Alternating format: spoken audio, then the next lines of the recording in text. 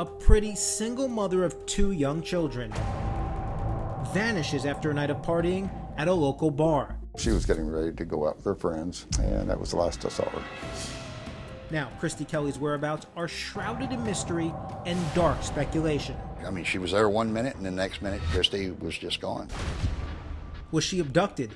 Did she just take off? Or was she simply too beautiful for her own good?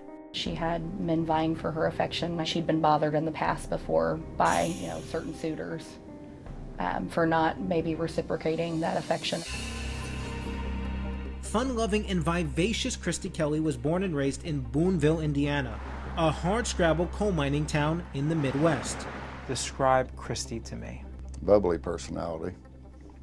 Definitely wasn't afraid to tell you what she thought. I couldn't have asked for a better daughter. At 27 years old, Christy had just recently divorced and moved back in with her parents, hoping to jumpstart her new single life. She was getting ready to go out with her friends, and of course, I'd always tease her about, well, who are you going to be with? And of course, being 27-year-old, she would be like, Dad, really? That question would soon sound ominous on a steamy night in August. After hitting a few bars on Boonville's main drag, Christy and her friends wound up at the local VFW. Bar manager Tommy Mattingly vividly recalls the cute young mom with big blue eyes perched on the bar stool.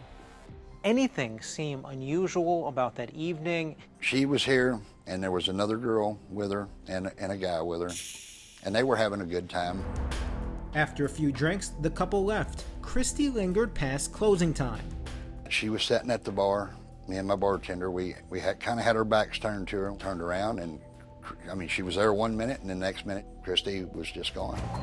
They searched the ladies' room, but she wasn't there, so we just assumed then that she'd come out and went home. But Christy never said goodbye to either you or her friend who was bartending. Never said a word. I never heard one sound. The next morning, Christy's parents drove by the local drugstore where she worked and noticed her car wasn't in the parking lot. We just assumed at this time, she was probably at lunch.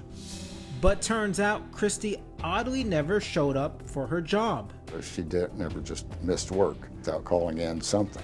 Todd, a Warwick County Sheriff's Department retired jailer, quickly called his former sergeant.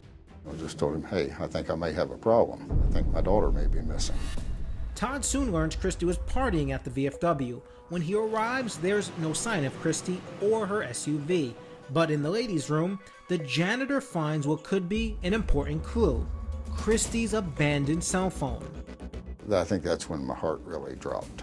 For her cell phone to be left behind may as well have been surgically attached.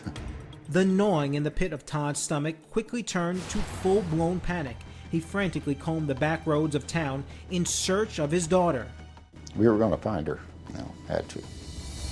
And within a day or two, a massive multi-agency search descends on the close-knit town to help.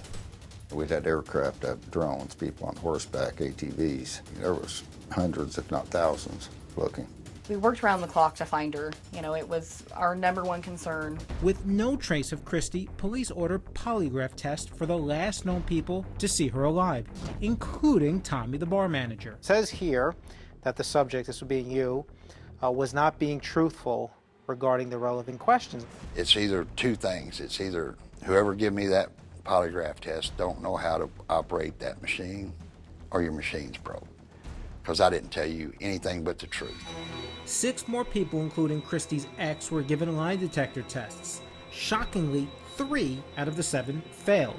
Meanwhile, the feverish search for the young mother continued. As time went on, you kind of come to the realization the odds of finding her alive, they diminish. But either way, we were going to find her. But where? When the land hunt yields nothing, the search moves below the water's surface. Investigators scour a lake off of a rural county road. And 32 heart-wrenching days after Christy went missing, a grim discovery.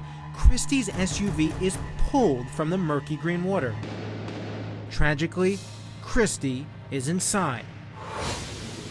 Take me to the moment when your daughter's SUV was found. Sheriff Cruz and Lieutenant Brian Flowers showed up at the house. Said they believed they might have found the vehicle. What was your reaction? So you're glad that you finally found her. But flip side of that, I'm sorry. I don't mean to get emotional, but you also realize you lost your daughter. And less than 24 hours later, more heartbreak. The coroner determines the cause of death as an accidental drowning. How quickly did investigators rule Christy's death an accident? Pretty quick. The night she was found, and they did an autopsy early the next morning, and it was ruled an accidental drowning. That was the end of it.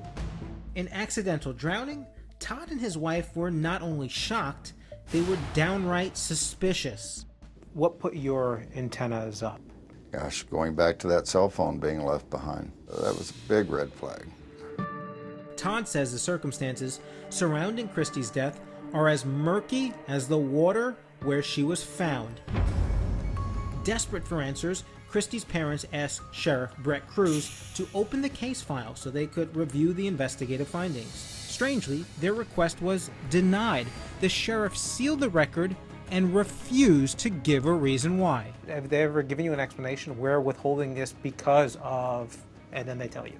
He told me then that, Todd, you know, sometimes when in your youth you do things that you don't want your parents to know. But you're the parent. I know. If you're saying, no, it's okay, I want all the information. Yeah, but it wasn't given. And Todd wasn't giving up. Convinced Christy's death was no accident, he goes on an investigation of his own. Every time there's a question, it leads to more questions. Coming up, could the key to the mystery be found in a text from Christy's ex? Were these texts of a sexual nature? There was one shortly before her disappearance that basically you just need to disappear. Sheriff Cruz indicated to me that it was an accident and it was closed. That's And it. it's So been he's been closed. flat out. It's an accident. Right.